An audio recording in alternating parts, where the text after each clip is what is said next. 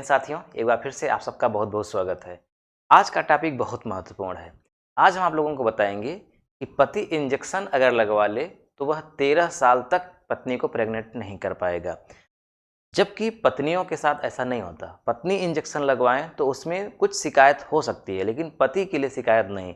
यानी population control में, यानी कि परिवार नियोजन में जितनी महत्वपूर्ण भूमिका पुरुष की है, उतनी महत्वपूर्ण भूमिका स्त्री की नहीं है। लेकिन दुर्भाग्य ये है कि ये सारा कुछ प्राचीन काल से लेकर के आज तक स्त्रियों को सहते आना पड़ रहा है। पुरुष इसमें भागीदार नहीं होते। 1952 में भारत दुनिया का पहला ऐसा देश था जिसने परिवार नियोजन की बात की थी। पॉपुलेशन कंट्रोल पे कानूनी कार्रवाई भारत में हुई थी पूरे विश्व में। फिर भी दुर्भाग्य की बात है कि आज दुनिया में नंबर 1 हो गया है हमारा देश जनसंख्या में। यानी जनसंख्या को कंट्रोल कैसे किया जाए, ये सबसे पहले इसकी शुरुआत भारत में हुई। फिर भी 4 गुना जनसंख्या बढ़ गई। उसका रीज़न ये है कि यहाँ के पुरुष उसमें इन्वॉल्व नहीं होते, केवल सारी जिम्मेदारी महिलाओं की थी।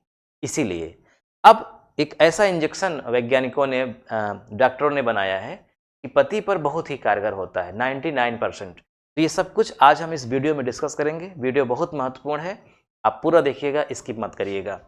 चलिए शुरू करते हैं। देखिए, कहा जाता है कि छोटा परिवार सुखी परिवार। ये झूठा ही नहीं कहा गया है, ये सच में छोटा परिवार सुखी परिवार इसलिए होता है कि छोटे परिवार की जितनी भी आवश्यकताएं होती हैं उसे आसानी से पूरा किया जा सकता है, जबकि बड़े परिवार में आवश्यकताएं बढ़ती हैं, जिम्मेदारियां बढ़ती हैं, समस्याएं भी बढ़ती हैं। इसलिए वाकई में छोटा परिवार सुखी परिवार होता है। और बर्थ कंट्रोल की जिम्मेदारी केवल स्त्रियों को थी, इसीलिए ये समस्या आगे बढ़ी, क्योंकि पुरुषों ने इसमें कोई हिस्सेदारी निभाई ही नहीं। अगर हम बात करेंगे इसके इतिहास की, तो कैसे इसकी शुरुआत हुई परिवार नियोजन की, क्यों इसकी आवश्यकता पड़ी। देखिए, आवश्यकता ही आविष्कार की जननी है, और आवश्यकता तो पड़नी ही थी, क्योंकि जो हमारे रिसोर्सेज हैं, संसाधन हैं, वो सीमित हैं। जैसे हमारी ज़मीनें सीमित हैं, लेकिन जब जनसंख्या बढ़ने लगेगी तो उन्हीं में बंटवारा होने लगेगा। और फिर जितनी जो पुराने लोगों को ज़्यादा मिल रही थी, वो नए लोगों को अब कम मिलेगी, और एक दिन ऐसा आएगा कि न के बराबर मिलेगी। इसलिए ये ज़रूरी था परिवार नियोजन की बात करना। और एक दूसरी बात क्या है कि कोई भी महिला बच्चा तभी पैदा कर सकती है जब वो शादीशुदा हो। यानी हमारे ही देश नहीं बल्कि पूरी दुनिया में लगभग हर जगह ये मान्यता थी कि महिला जब विवाहित हो तभी वो बच्चे को जन्म दे, तभी वो माँ बने। लेकिन हुआ क्या कि इंसान किसी से प्रेम किया और बिना विवाह के ही मान लीजिए बच्चा हो गया, तो उस बच्चे को समाज स्वीकार नहीं करता था, आज भी नहीं कर रहा है। या फिर बच्चे ज़्यादा हैं, अब वो बच्चा नहीं चाह रही है, तो भी आवश्यकता है कि इसे कैसे नष्ट किया जाए। और ये भी है कि ऐसा हो जाए कि बच्चा हो ही ना, है ना, ये सारी चीज़ें थी। तो अगर हम इतिहास की बात करेंगे तो 4000 वर्ष पूर्व एक देश है मिस्र, इजिप्ट बोलते हैं इसको, मिस्र। ये प्राचीन सभ्यताओं की जननी, प्राचीन सभ्यताओं की धरती कहा गया है मिस्र को। मिस्र में बहुत पुरानी पुरानी सभ्यताएं रही हैं। तो मिस्र में बहुत पुराने, यानी कि 4000 वर्ष पूर्व अगर बात करें, तो वहाँ की जो स्त्रियाँ थीं, जब वो गर्भवती हो जाती थी तो गर्भ गिराने के लिए, मैंने बताया ना, गर्भ गिराने की आवश्यकता कब पड़ी, जब वो बिना ब्याही माँ बन गई। एक तो तब, या फिर बच्चे ज़्यादा हैं, अब उनको आवश्यकता नहीं है, तब किसी भी कारण से भी हो, जब भी उनको गर्भ गिराने की आवश्यकता होती थी, तो मेडिकल साइंस तो इतना विकसित नहीं था, दवाएं नहीं थी, इस तरह जो आज हम देख रहे हैं वो कुछ भी नहीं था उस समय। तो क्या करती थी कि मगरमच्छ का जो मल होता है, लेटरिन मगरमच्छ का मल वो अपनी वजाइना में डालती थी गर्भ गिराने के लिए। पपीते की जो बीज होता है वो, नींबू का रस, जैतून का तेल, इनका इस्तेमाल वो करते थे। कुछ में सफलता भी मिलती थी, लेकिन ज़्यादातर शरीर का नुकसान होता था, और कईयों की तो मौत हो जाती थी। ये था इतिहास। यानी कि हम, मतलब हमारे मिस्र के जो लोग थे, उनकी जो स्त्रियां थी वो ऐसा ही करती थी। पुरुषों को कोई जिम्मेदारी नहीं थी, केवल स्त्रियों को ही, कि वो अपनी वजाइना में मगरमच्छ का मल डालती थी। तो गर्भ गिराने के लिए भी और गर्भ न ठहरे इसके लिए भी। अब 1960 के दशक के बाद जो बर्थ कंट्रोल का जो सिस्टम शुरू हुआ, 1960 के पहले तक कुछ भी नहीं था। बताया नहीं कि 1952 में भारत में पहली बार परिवार नियोजन की बात शुरू हुई थी।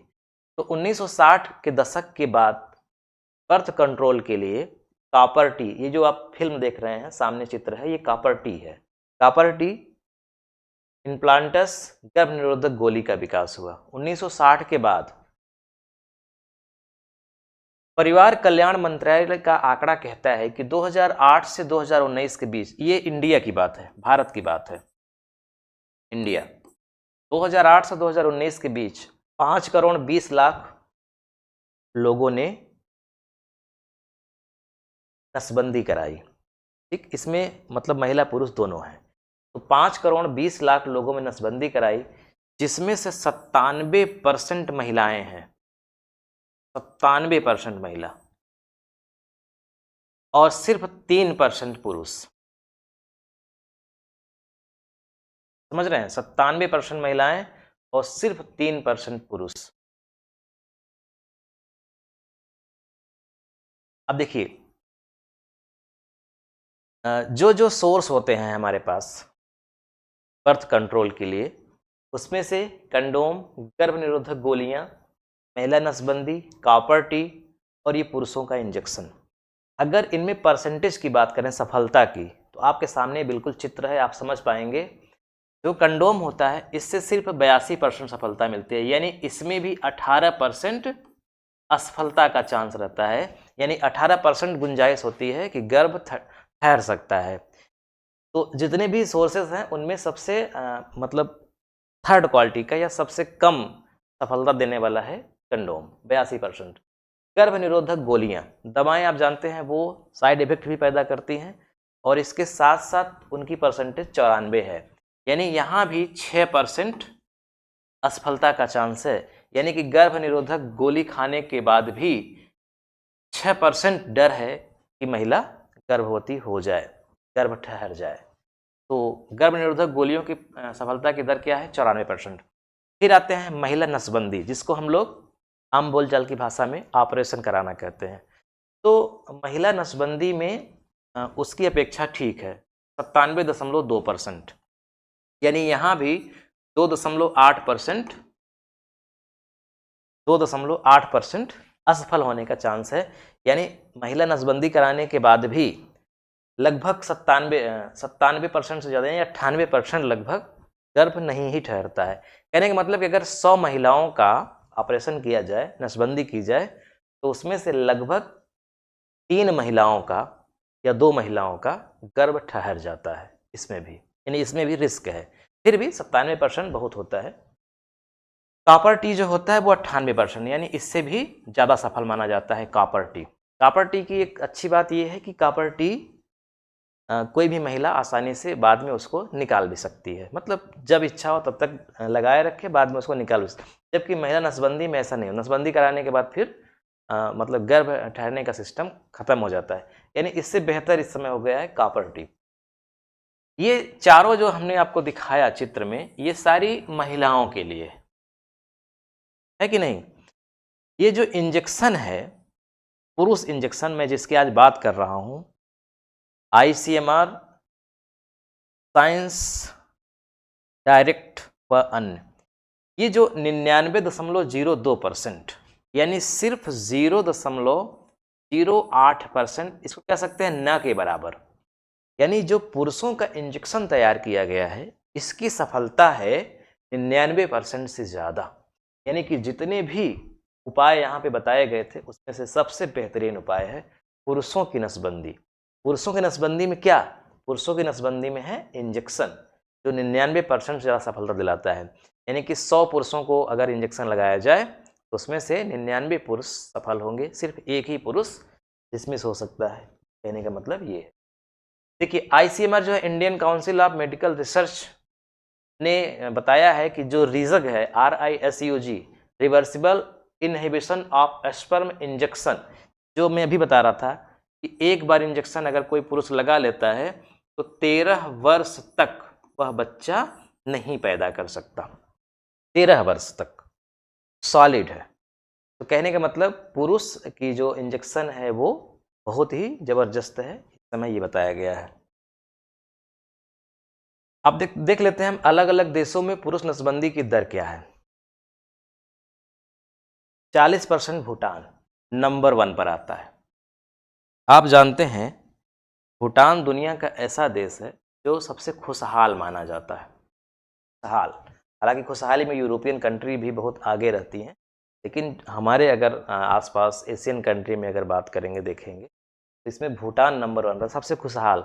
गरीब देश है, बहुत गरीब देश है, छोटा सा देश है। आपको दिखा देते हैं आगे। ये देखिए, भूटान सबसे खुशहाल देश है। ये हमारा देश है भारत, इंडिया। ये इसके जस्ट ऊपर ये है भूटान, छोटा सा, आपको दिख रहा होगा। पहाड़ी देश है भूटान यहाँ पे। फिर इधर चाइना है, इधर ये सब हैं, मतलब म्यांमार, फिर नीचे इंडिया, उसी के बगल में नेपाल। ये भूटान छोटा सा पहाड़ी देश है। ये सबसे खुशहाल देश माना जाता है। और यहाँ पे जो नसबंदी होती है महिलाओं पुरुष की, उनमें 60% नसबंदी महिलाओं की होती है और 40% नसबंदी पुरुषों की होती है। तो भूटान नंबर 1 पे है पुरुष नसबंदी कराने वाले देशों में। न्यूजीलैंड 25%, यानी यहाँ पे 25% लोग नसबंदी कराते हैं पुरुषों में।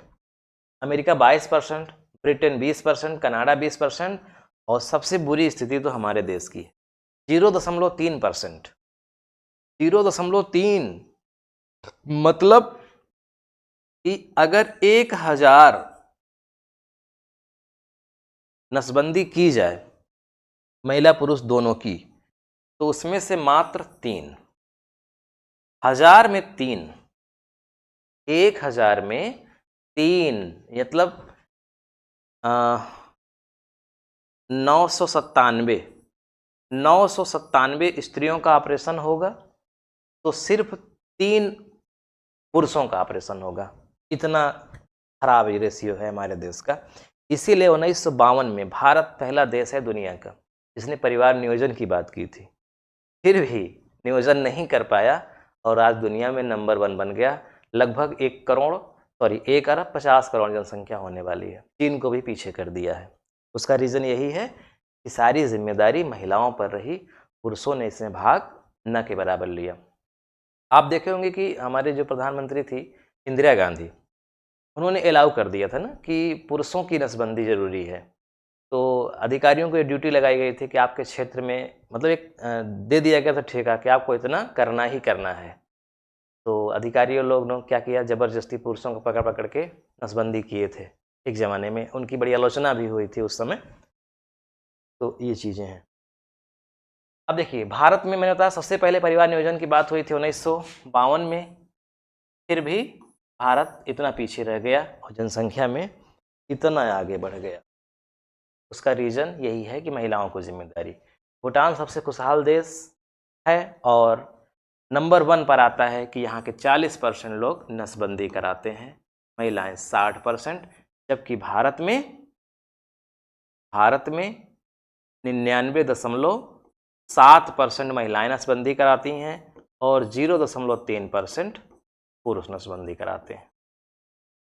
जबकि अभी हमारा विज्ञान कहता है, डॉक्टर कहते हैं कि जो इंजेक्शन इजाद किया गया है वो एक बार अगर पुरुष लगा ले तो 13 वर्ष तक परिवार नियोजन रहेगा, 13 वर्ष तक गर्भ नहीं। इतना सफलता का दर इस। तो ये वीडियो कैसा लगा कमेंट करके आप जरूर बताइएगा।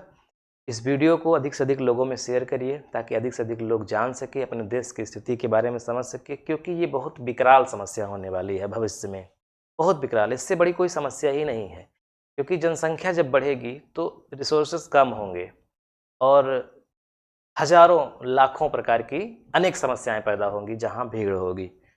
तो ज़रूरी है कि परिवार नियोजन की बात सभी लोग करें, और ये केवल कानून से ही संभव नहीं है कि परिवार नियोजन सफल होगा। जब तक लोग शिक्षित नहीं होंगे, समझदार नहीं होंगे, तब तक इसमें सफलता नहीं मिलेगी। जहाँ अशिक्षा है, जहाँ समझदारी कम है, उसको लोग वहाँ धर्म से जोड़ देंगे कि ईश्वर की औलाद है, खुदा दे रहा है, ऐसा है वैसा। लेकिन जहाँ पढ़े लिखे लोग हैं, समझदार लोग हैं, शिक्षित लोग हैं, इस चीज़ को समझते हैं कि देखिए मेडिकल साइंस इतना आगे चला गया है और मेडिकल साइंस रोक सकता है गर्भ ठहरने को। इसका मतलब है खुदा की, भगवान की भी तो मर्जी हो सकती है कि हम उसका प्रयोग करके इसे रोक सकें।